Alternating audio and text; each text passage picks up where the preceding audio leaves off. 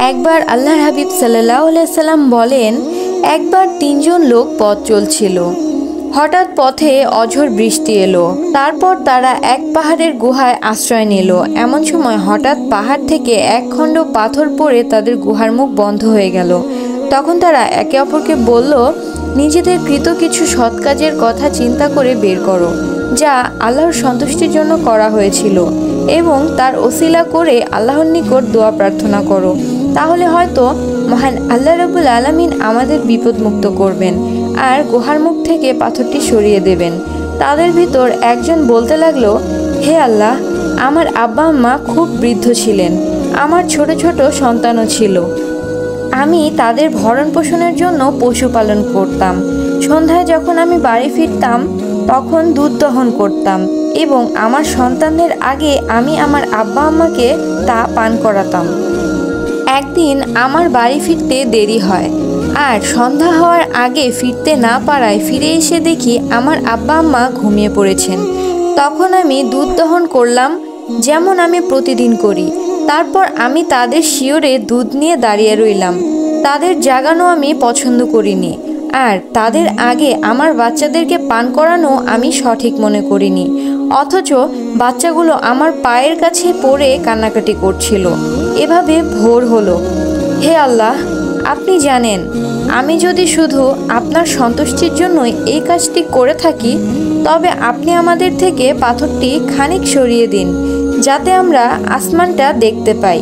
তখন মহান আল্লাহ রাব্বুল আলামিন বান্দার এই ডাক শুনে পাথরটাকে একটু সরিয়ে দিলেন আর তারা আসমান দেখতে পেল। দ্বিতীয় ব্যক্তি বলল, হে আল্লাহ, আমার এক চাচাতো বোন ছিল। পুরুষরা যেমন মহিলাদের ভালোবাসে, আমি তাকে তার চাইতে অধিক ভালোবাসতাম। একদিন আমি তার কাছে চেয়ে বসলাম, অর্থাৎ খারাপ কাজ করতে চাইলাম, কিন্তু তা সে অস্বীকার করলো আর আমার কাছে শর্ত দিল 100 দিনার দেওয়ার।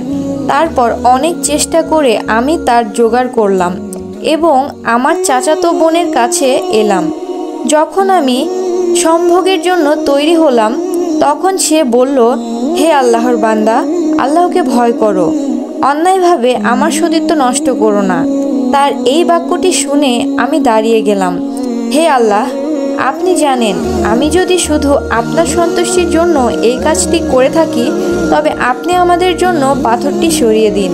পাথরটি কিছুটা আবারও সরে গেল।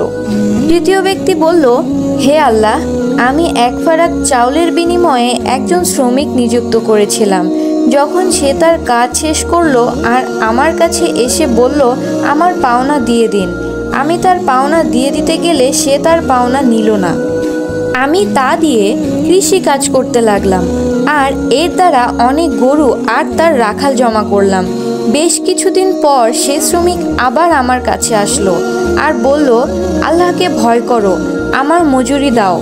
আমি বললাম, ওই সব গরু আর রাখাল তুমি নিয়ে নাও। সে বলল, আল্লাহকে ভয় করো, আমার সাথে ঠাট্টা করো না। আমি বললাম, আমি তোমার সাথে ঠাট্টা করছি না, এগুলো নিয়ে নাও, ওগুলো তোমারই। তখন খুশি মনে সে তা নিয়ে গেল। হে আল্লাহ, আপনি জানেন, যদি আমি আপনার সন্তুষ্টি লাভের জন্য এই কাজটি করে থাকি, তবে পাথরের বাকিটুক সরিয়ে দিন। তখন মহান আল্লাহ রাব্বুল আলামিন পাথরের বাকিটুক সরিয়ে দিলেন। সুবহানাল্লাহ। মহান আল্লাহ রাব্বুল আলামিন বান্দার ডাকে ঠিকই সাড়া দেয়, আমরা তাকে ডাকার মতো ডাকতে পারি না। মহান আল্লাহ রাব্বুল আলামিন তার সমস্ত বান্দাদের তাকে মন থেকে ডাকার ও মানার তৌফিক দান করুক। এমন সব জানা অজানা তথ্য সম্পর্কে জানতে হেদায়েতের পথ চ্যানেলটিকে সাবস্ক্রাইব করে আমাদের পাশেই থাকুন। আর ভিডিওটি যদি ভালো লেগে থাকে তাহলে লাইক আর শেয়ার করে অন্যকে দেখার ও জানার সুযোগ করে দিন। আসসালামু আলাইকুম।